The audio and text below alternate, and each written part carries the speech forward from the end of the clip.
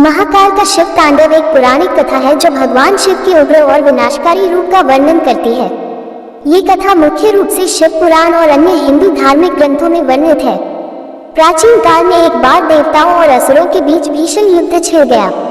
असुरों का राजा त्रिपुरासुर 3 नगरी त्रिपुर का शासक था और उसने देवताओं को परेशान कर रखा था। त्रिपुरासुर को वरदान था कि उसे कोई भी देवता मार नहीं सकता। इस कारण सभी देवता भगवान शिव की शरण में गए और उनसे त्रिपुरासुर का वध करने की विनती की। भगवान शिव ने उनकी प्रार्थना स्वीकार कर ली और त्रिपुरासुर का अंत करने के लिए निकल पड़े। उन्होंने अपने भयंकर रूप महाकाल का धारण किया और उनके तीसरे नेत्र से अग्नि की ज्वाला प्रकट हुई। इस उग्र रूप को देखकर देवता और असुर सभी भयभीत हो गए। शिव ने अपने रुद्र रूप में तांडव नृत्य शुरू किया, जो सृष्टि के विनाश का प्रतीक है। भगवान शिव ने अपने त्रिशूल से त्रिपुरासुर का संहार किया और त्रिपुर नगरी को नष्ट कर दिया। इस प्रकार देवताओं को उनके संकट से मुक्त कराया। भगवान शिव का यह तांडव नृत्य अत्यंत उग्र और शक्तिशाली था, जिसने पूरे ब्रह्मांड को हिलाकर रख दिया। इस कथा से यह सीखने को मिलता है कि भगवान शिव सृष्टि के संहारक हैं, लेकिन उनका संहार भी सृष्टि की रक्षा और संतुलन बनाए रखने के लिए आवश्यक होता है। महाकाल के इस तांडव से यह संदेश मिलता है कि अधर्म और अनीति का अंत निश्चित है, चाहे वह कितना भी शक्तिशाली क्यों न हो। महादेव, जिन्हें शिव के नाम से भी जाना जाता है, हिंदू धर्म के प्रमुख देवताओं में से एक हैं। उनकी पूजा और आराधना कई कारणों से की जाती है। एक प्रेरणादायक हिंदी कहानी के माध्यम से इसे समझाते हैं। महादेव की महानता प्राचीन समय की बात है। एक छोटा गांव था जहां एक गरीब ब्राह्मण अपने परिवार के साथ रहता था। ब्राह्मण की आर्थिक स्थिति बहुत खराब थी, लेकिन उसके पास एक विशिष्ट गुण था, उसकी अटूट भक्ति। वह हर दिन भगवान शिव की पूजा करता और भगवान की स्तुति में दिन भर मग्न रहता। गांव के लोग ब्राह्मण का मजाक उड़ाते और कहते, तुम्हारी भक्ति का क्या फायदा, देखो तुम अभी भी गरीब हो। लेकिन ब्राह्मण ने कभी उनकी बातों की परवाह नहीं की। वह महादेव की शक्ति और कृपा पर अटूट विश्वास रखता था। एक दिन गांव में एक साधु आया। साधु ने ब्राह्मण की भक्ति देखी और उससे पूछा, तुम्हारी भक्ति का क्या रहस्य है? ब्राह्मण ने मुस्कुराते हुए उत्तर दिया, महादेव ही सृष्टि के रचयिता, पालनकर्ता और संहारक हैं। उनकी कृपा से ही सब कुछ संभव है। साधु ने ब्राह्मण की परीक्षा लेने का निर्णय किया। उन्होंने कहा, मैं तुम्हें आशीर्वाद देता हूँ कि तुम्हारे सारे कष्ट समाप्त हो जाएंगे। लेकिन ब्राह्मण ने विनम्रता से कहा, महादेव जो भी देंगे मुझे स्वीकार है। साधु महादेव का स्वरूप था, जो ब्राह्मण की सच्ची भक्ति की परीक्षा लेने आया था। साधु ने अपने वास्तविक रूप का प्रदर्शन किया और ब्राह्मण से कहा, तुम्हारी भक्ति सच्ची और निष्कपट है। तुम्हारी गरीबी अब समाप्त होगी। ब्राह्मण के जीवन में चमत्कार हुआ और उसकी आर्थिक स्थिति सुधर गई। गांव के लोग, जो पहले उसका मजाक उड़ाते थे, अब उसकी भक्ति के कारण उसे सम्मान देने लगे। ब्राह्मण ने अपनी सारी संपत्ति जरूरतमंदों में बांट दी और अपने जीवन का शेष भाग महादेव की सेवा में बिताया। इस कहानी से हमें यह सीखने को मिलता है कि महादेव की पूजा क्यों की जाती है।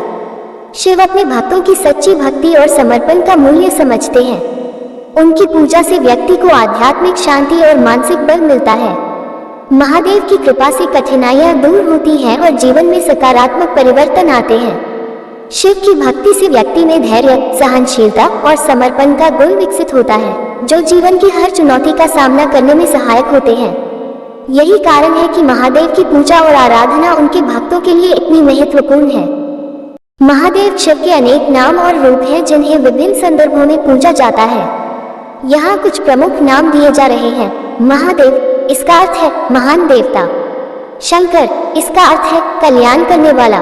भोलेनाथ, सरल और निर्दोष स्वभाव वाले देवता। नटराज, नृत्य के भगवान। त्रिनेत्र, 3 आंखों वाले देवता।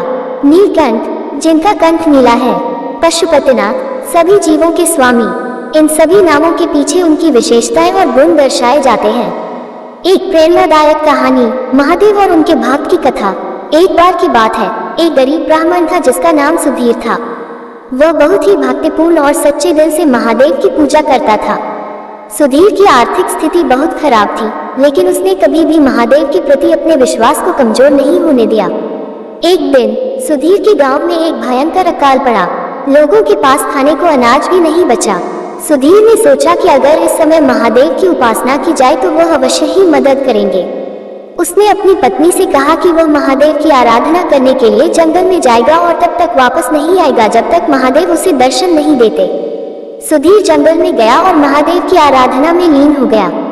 उसने कुछ भी खाना पीना छोड़ दिया और अपनी आराधना में ध्यानमग्न हो गया। कई दिन बीत गए पर महादेव ने कोई संकेत नहीं दिया, लेकिन सुधीर ने हिम्मत नहीं हारी और अपनी भक्ति जारी रखी। अंततः महादेव ने सुधीर की परीक्षा को समझा और उसकी सच्ची भक्ति से प्रसन्न होकर उसे दर्शन दिए। महादेव ने सुधीर से कहा, वत्स, मैं तुम्हारी भक्ति से बहुत प्रसन्न हूँ, जो भी वरदान तुम चाहो मांग लो।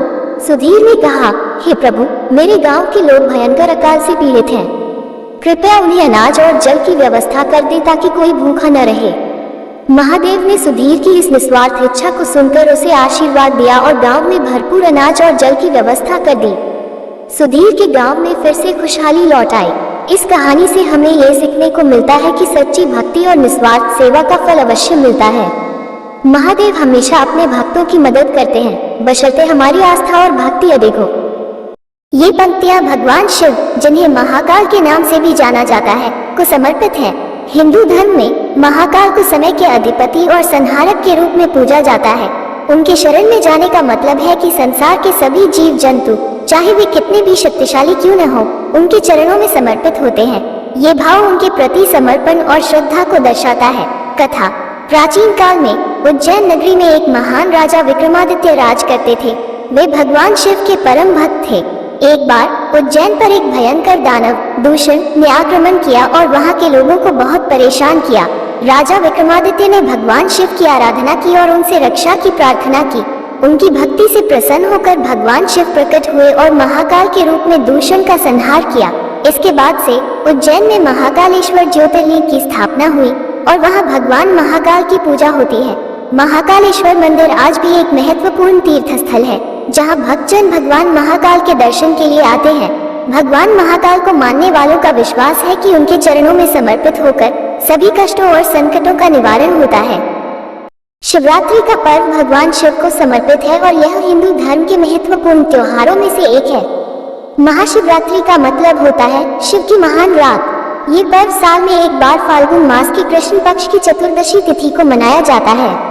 शिवरात्रि के दिन भक्त भगवान शिव की पूजा अर्चना और उपवास करते हैं। इस पर्व के पीछे कई पौराणिक कथाएं हैं। महाकालेश्वर की कहानी। एक प्राचीन कथा के अनुसार उज्जैन मध्य प्रदेश में स्थित महाकालेश्वर ज्योतिर्लिंग की स्थापना भगवान शिव ने स्वयं की थी। ये कथा इस प्रकार है। एक बार अवंती नगरी, जो अब उज्जैन कहलाती है, के राजा चंद्रसेन शिव के परम भक्त थे। एक दिन चंद्रसेन शिवलिंग की पूजा कर रहे थे, तभी उनका एक मित्र मालवा का राजा, जो भगवान शिव में आस्था नहीं रखता था, वहां आया। चंद्रसेन की भक्ति देखकर वह राजा ईर्ष्या से भर गया और उसने चंद्रसेन की नगरी पर आक्रमण करने का निर्णय लिया। चंद्रसेन ने भगवान शिव से रक्षा की प्रार्थना की।